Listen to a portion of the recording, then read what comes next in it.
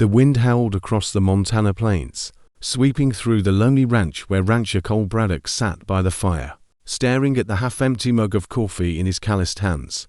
Cole had been alone ever since the accident, ever since his wife died on the North Trail, caught under a collapsed wagon. The grief never really left him. He didn't talk much anymore. The men in town called him the silent rancher. He frowned, reached for his rifle, and opened it.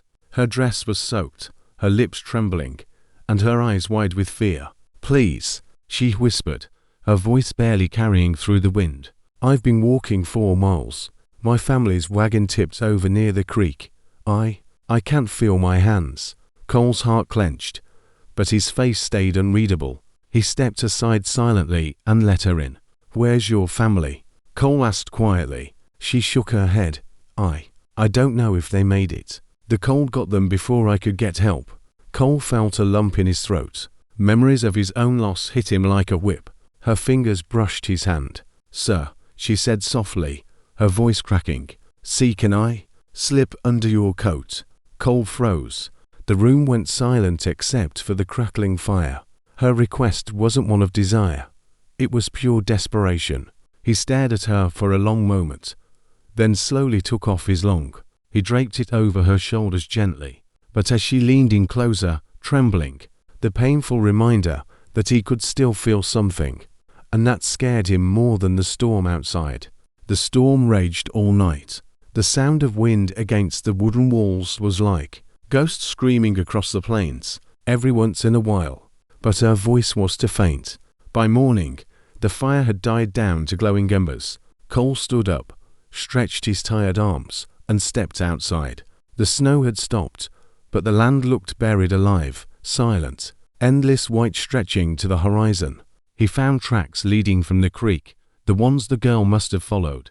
They disappeared halfway in the snow. No wagon, no family, just emptiness. "You got a name?" he asked. She hesitated, then said softly, "Clara." Cole nodded. "Where you from?" "Clara. South Trail," she whispered. "My pa was taking us to Deadwood. Said there's work there for horse hands. But the wheel broke in the snow. Ma." She didn't make it. Her eyes filled with tears, and she turned her face away. Cole didn't press further. He just poured her some hot coffee and pushed the cup toward her.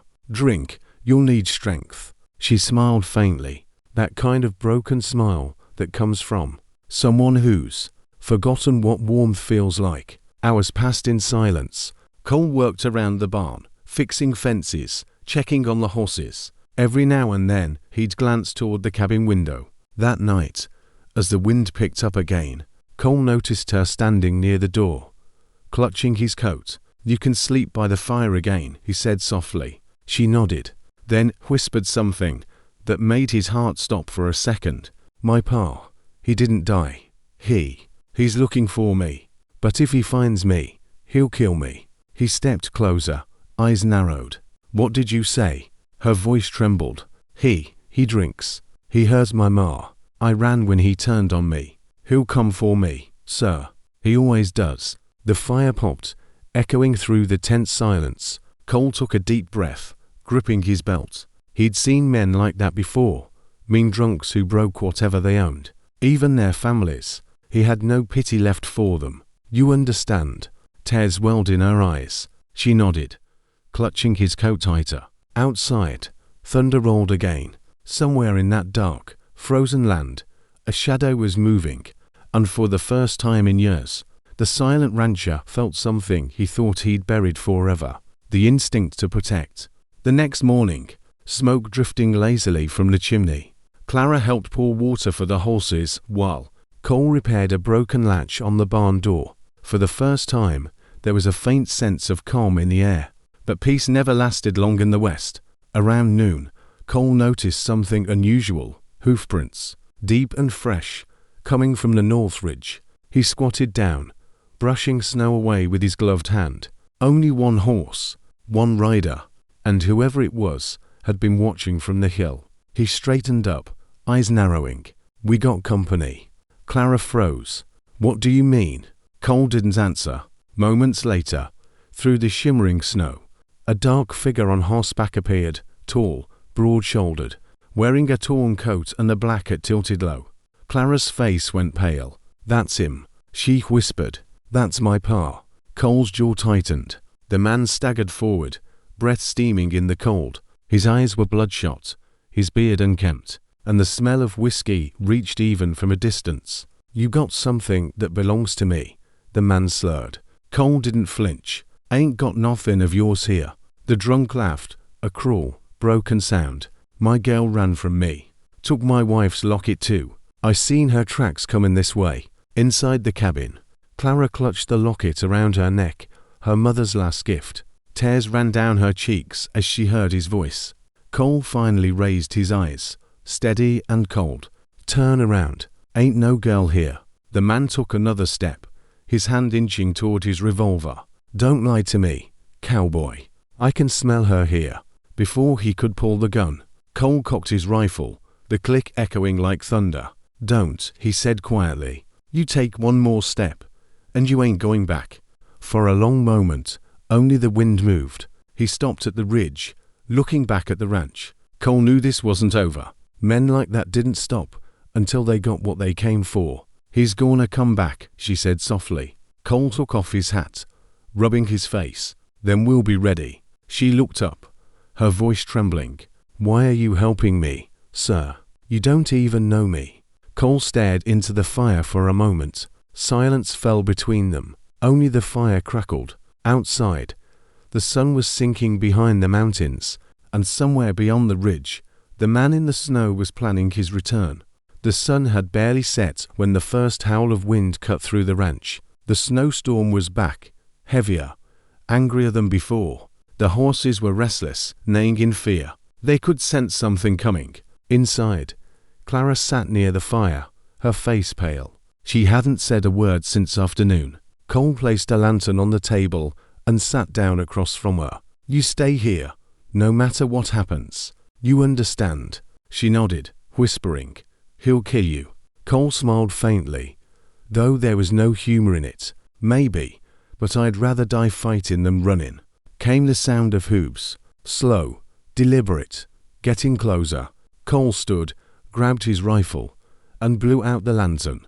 Then bang. The front door shook under a heavy knock. "Open up, Braddock." The drunken man's voice slurred through the cold. "You got my daughter in there." Cole didn't answer. Half hidden by snow, a revolver glinting in his hand. Cole whispered, "Stay down," and stepped outside. The wind nearly blinded him. Snow whipped across his face as he faced the shadow of the man. "She don't belong to you," Cole said flatly. The drunk laughed. "She's my blood." Cole's eyes hardened. "Blood don't mean a damn thing, for you do is spill it." The man roared and fired. The first bullet missed, splintering a post behind Cole. The next one grazed his arm, burning hot. Through the cold, Cole fired back, one clean shot. Cole walked forward slowly, breathing heavy. "Should have stayed gone," he said quietly. The man looked up, blood on his lips. "You think you're a hero. She forget you, same as everyone else." Cole's jaw clenched, but he didn't answer. He lowered his rifle, turned away, and that's when the man reached for his gun again. Another gunshot echoed through the night, but it wasn't Cole's. It was Clara's. She stood in the doorway, trembling, holding Cole's old revolver with both hands. The man collapsed into the snow, still, silent. For a long moment, only the wind moved. Then Clara dropped the gun and fell to her knees, sobbing. Cole rushed over, caught her before she hit the floor. "It's over," he whispered. "It's done." She buried her face in his coat, crying. "I didn't want to." "I know," he said softly. "You did what you had to." The storm howled one last time and began to fade, leaving only the sound of the fire crackling inside. Cole carried her back into the cabin, wrapped her in a blanket. The night had finally died. When the first light of dawn touched the frozen plains, smoke curling gently from the chimney, Cole stepped out of the cabin, his arm bandaged, breath rising like fog in the morning chill. The snow near the barn was still marked from the gunfight. He covered it with hay and whispered a quiet prayer. Inside, Clara was sitting near the fire, wrapped in a blanket that looked far too big for her. Cole poured her a cup of warm milk and handed it over. She took it with shaking hands. "You should have let me go," she said softly. "Now you've got trouble because of me." Cole looked at her for a long time, his tired eyes soft now. "But you're different. You reminded me what it's like to care again." Tears glimmered in her eyes. "You lost someone, didn't you?"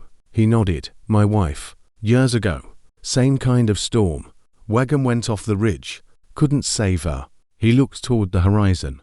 "I thought maybe that night God stopped looking my way." She reached out slowly, placed her small hand over his. "Maybe he didn't stop. Maybe he just waited. Until now." Cole's throat tightened. He had no words for that, only silence, heavy but peaceful. Hours later, he saddled up a horse and tied another behind it. "Town's 30 miles east," he said. "We'll tell the sheriff what happened, get you a place safe. After that, you can decide what you want to do." Clara hesitated. "What if I want to stay?" Cole paused, looking back at her. "Then you stay," he said simply. The two rode off slowly, through the melting snow, leaving behind the cabin that had seen both pain and redemption, and as the ranch disappeared in the distance, Cole glanced at the girl riding beside him. For the first time in years, he smiled, small, real, and full of something that almost felt like hope. The end. Story by Wild West Legends. Subscribe Wild West Legends for more untold stories of love, loss, and redemption in the Wild West.